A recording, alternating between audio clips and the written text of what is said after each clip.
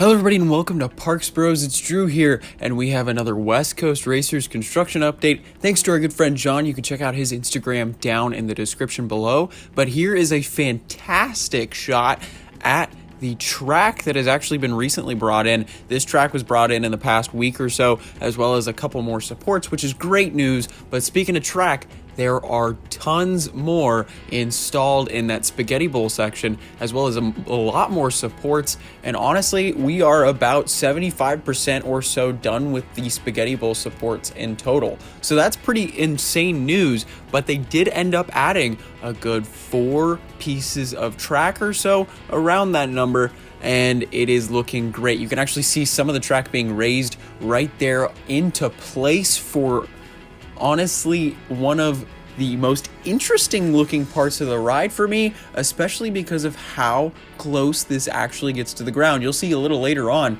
that this track is about 3 feet from the ground. It's kind of crazy how low you are going to be getting, especially on that yellow track right there coming out of the spaghetti bowl into that inversion. It's just honestly kind of insane to think that you will be right at the ground and also be looking down on the go-kart track at the same time. But here is a great view of honestly some of the weirdest supports I've ever seen, as well as some of that track installation of one of the white pieces right here. And honestly, a lot of these supports are kind of weird looking to me, especially the ones that are holding up the white track on the left, especially that like Christmas tree type of support. And it's looking pretty great though so far.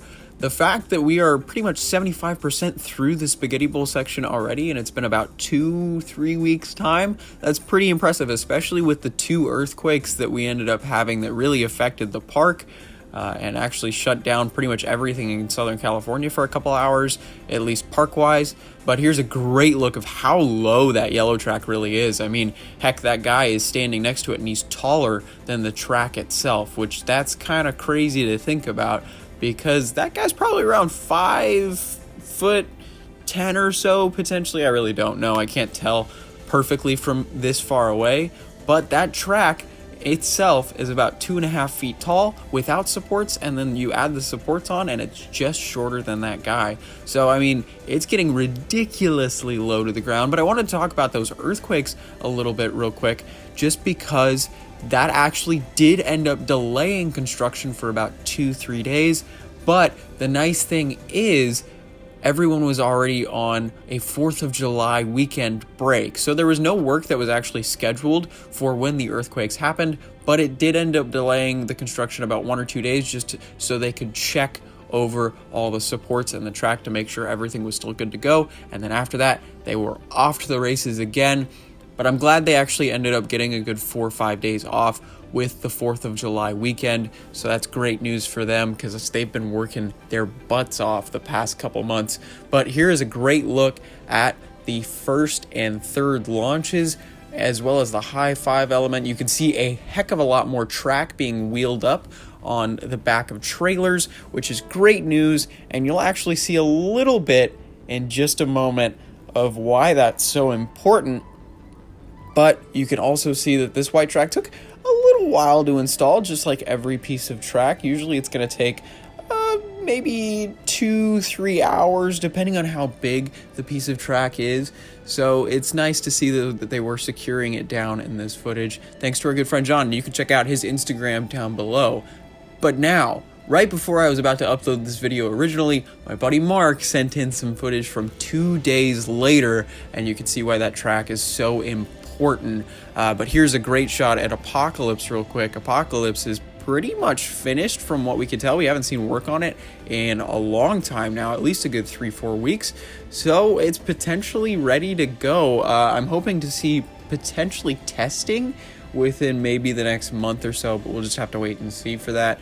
They will have to get, of course, the maintenance crews back there. But here's a cool shot of Ninja right there. I really like that, how it went by, as well as the high 5 elements are right there. But here's the cool thing about the track. You can see that that track that was on the trailer has been installed and is the white side airtime hill right there, which is looking fantastic.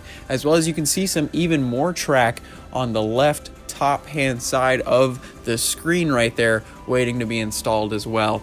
But this interaction is going to be crazy between guests and riders, especially with where the yellow is going to be, and even the white track right there, that airtime hill, looks like it could potentially be really cool. And here you can actually see all of the places that the track will end up hooking up, and I'm sure that they will be adding to that very soon. For the yellow side, I believe that's where it connects up to for an airtime hill there. So that's very cool. But Mark wanted to show off this really cool view from the top of Samurai Summit of the last inversion on the ride, as well as the turnaround for the white side right there.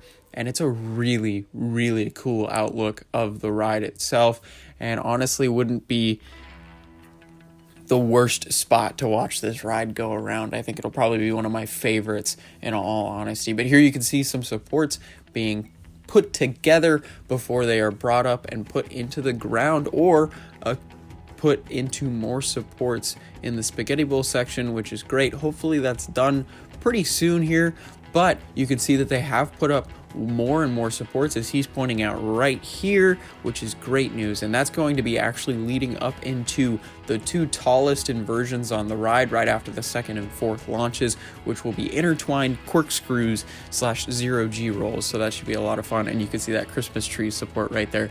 That's kind of crazy, holding up the two sections of track right there. And here you can actually see that they have put in more stators for the first and third launches. So there's big gaps between those white fins that are actually the launch mechanism themselves, and they have filled in a lot of those gaps. So maybe there won't be some interesting gear shifting launch mechanisms or something that we were theorizing earlier on.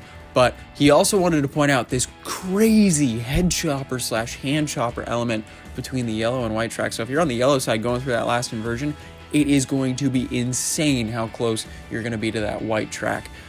So it'll be really cool. Here's another angle at that. It looks crazy. Kind of reminds me of Space Mountain a little bit with how close those tracks really get to each other, but you can't really tell. But on this ride, you will be able to see no problem how close you're going to get. And I'm sure it'll be a really cool head chopper moment, as well as, I mean, just that inversion over another piece of track is cool in itself. And here's just another great look at some of the supports being put together before they are put up.